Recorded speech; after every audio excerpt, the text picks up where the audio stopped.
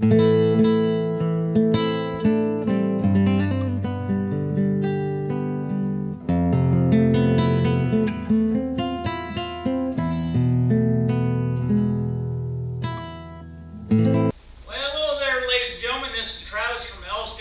Solutions, and I have a surprise for you. I'm down here with my good friend Scotty at Hawkeye Bits and Spurs, and what I'm going to do is I'm going to introduce him shortly, and we go way back like car seats, but he's famous all over Facebook and different trade bag sites, different auction sites, wherever you name it, it has to do with bits, spurs, and knives, his name's on there.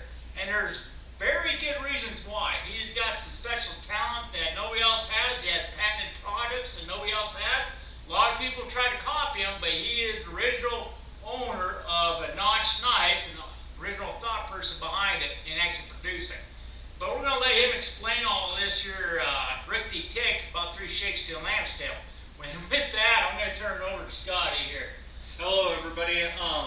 As Travis said, we met quite a while back, and I worked with him and been able to work with him to not only help the horses but also help himself, and whether it's performing as far as, like he said, with the knives or with his horse, with any equipment. The cool thing he just mentioned about these knives, they are patented. I carry a patent on them. They're really neat knives. When I first made the first one, my thought theory was on them, Travis, is I wanted a knife that when you're out there doctoring cattle on a pasture or wheat pasture, I didn't want you to have to carry a pair of pliers or I didn't want you to get stuck trying to get the needle off, because I mean, you know just as well as I do, yeah. You get stuck with mica-till or something like that, it's not a good deal. Big time. So we wanted something that was safe and effective, and we come up with this. Now the notch can actually be anywhere on the knife, is what the patent has, but I felt like the best way to have it would be down here, kind of out of the road, so it wouldn't stab you in the finger or anything like that. And of course you can twist it or you can pull it off, however you want to do it. These knives, the cool thing about them, we are right now, we're not taking any orders on them, Travis. Okay. And the reason why we're not doing that currently, to date, is just for the simple fact is, if I just took orders, I'd be so booked up on trying to customize stuff that I wouldn't be able to do any of my other products at the moment. Well, and we want to keep customers happy and keep you guys supplied, so that's what we're doing. So we're offering the knife in either a choya or what we're calling an exotic handle. Okay.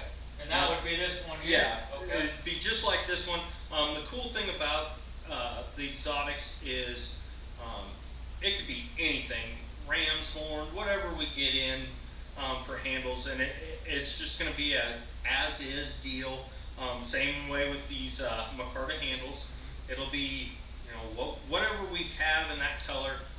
And we have on our Facebook page currently. We are working on a web page. Once we do, we'll let you know, and we'll be able to kind of link stuff up with you guys. Awesome. But these are our options. You can also get them. They come with a sheath. They come in either plain or rough out. They hold them at a 45-degree angle. We feel like having them at a 45-degree angle, it just allows them so where they shouldn't fall out. A lot of people lose knives and whatnot, but we want to try to produce a product that's great for you guys, and also something that will not fall out. Boy, I tell you what, this is good handiwork right here, fitting for a good knife. I mean, that goes back to the day like the hunting rifle. A lot of people spend $1,000 on a rifle and put a $200 scope on it and wonder why they're missing something. Yeah. Our thought process on this, and I mean, you've used our products, why cheapen anything up? So the first thing I did when I made these knives is I got a hold of a good friend of, well, actually a good mutual friend of ours, and with Logan Monsma with LJ Salary, and I said, hey, we got to make something that we don't lose knives, but we want quality. And TCA background Oh, yeah. with his dad. He threw it together, and we do a lot with his leather work, putting on products, and it's doing well. I mean, as you know, you carry one yourself. Well, I carry one right here. It's one of my favorite ones, and I tell you what, I use it. And I tell you, in the future, I had a question. One of you guys and gals that are liking my channel, I had a question about what knives I use and so forth. And I tell you what, this is one of them. And I will be making a video of the needle working cattle, because they bend all the time, they break. And just like Scotty said, you got to get a pair of pliers to get them off. But I'll demonstrate that with this knife when it comes, and then talk about my other knives. But this is my preferred one that I use for one that's not on folder. This is a fixed blade, and the other one I'll talk about is a folder knife that I use, and it's carbon steel. But you can't get no better than this from Hawkeye Bits and Spurs. I mean, check them out. And while you're on there checking them out and hitting like on his Facebook channel, on my YouTube channel here, please hit subscribe and please hit like. I mean, because we're going to get some great products out to you, let you think about it, and salivate in your brain housing group what works and what doesn't. And I'm going to guarantee you, from my perspective, a lot of other people's perspective, these knives work, and so does the bits and so do the spurs. I mean, great products here. So.